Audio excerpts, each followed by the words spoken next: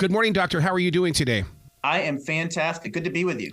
Dude, I'll tell you what, this book serves as a reminder. It also serves as an anchor for people who think that they went through a crisis, but they don't know what really took place. And I'm so grateful that you put this book together.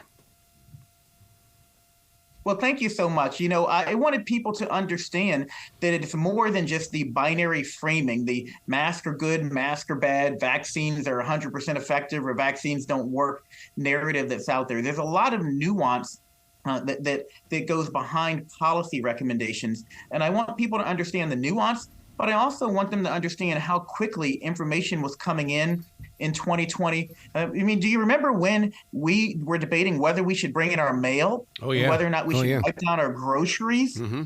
And so information was coming in quickly. And I want people to understand the context in which those policies were coming out, in addition to the partisanship. I really believe this pandemic would have played out very differently had it not occurred in the midst of a presidential election. Yep. And so I wrote the book to help people reflect on what happened and how we can do better moving forward. Because right now we're Bill Murray and Groundhog Day. Yep. We keep having these same issues happening over and over and over again in terms of new surges, and in terms of our inability to be able to respond to new threats.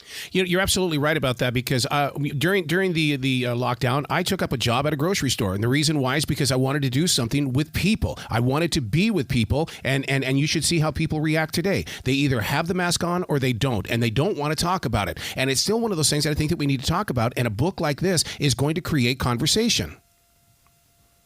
Well, and I really, that would be the best thing that will come out of this. This isn't me telling people what to do. Right. It's me giving people information to be able to make good decisions for themselves. And one of the things that I will say is government plays a role, but we all have to own our part in our own health. One of the things that is a myth is that the Trump administration did a terrible job in terms of transmission of COVID and COVID policies. And I say it's a myth, and I explain this in the book, because when you look at how we did on transmission, it was about the same as most European nations.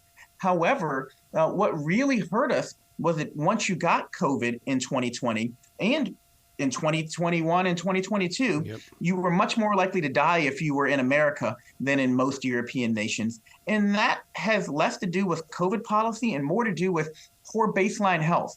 Our obesity rates, half of adults are obese, our high blood pressure rates, our diabetes rates in this country.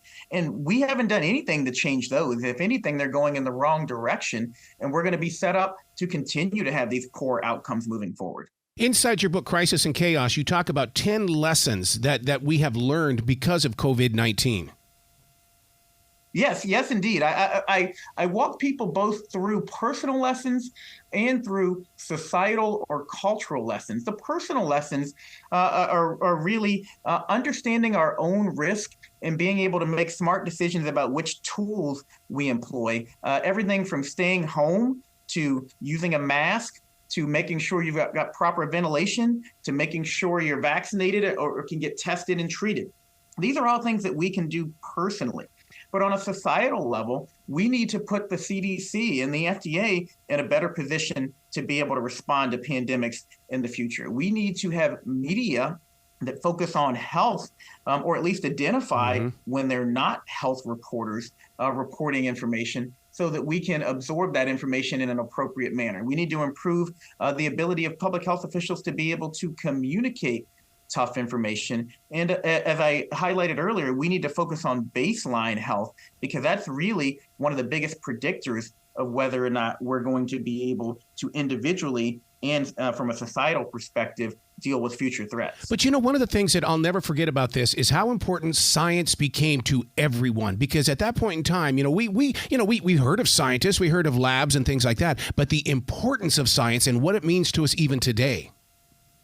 Well, exactly. One of the lessons from the book is that our economy and our health are intricately related. Yep. And we saw firsthand during COVID how much science and health had the ability to either shut us down or open us up again. And what frustrates me now is that we've had some amazing scientific innovation and discovery over the past 3 years, but tools that are left in the toolbox do nothing. Yeah. And because of partisanship, because of misinformation and disinformation, too many people aren't leveraging these amazing tools that science provided for us to be able to make smart decisions for their health moving forward. That's one of the big lessons from the book, is we have an amazing ability to be able to protect ourselves, but far too many people aren't doing it.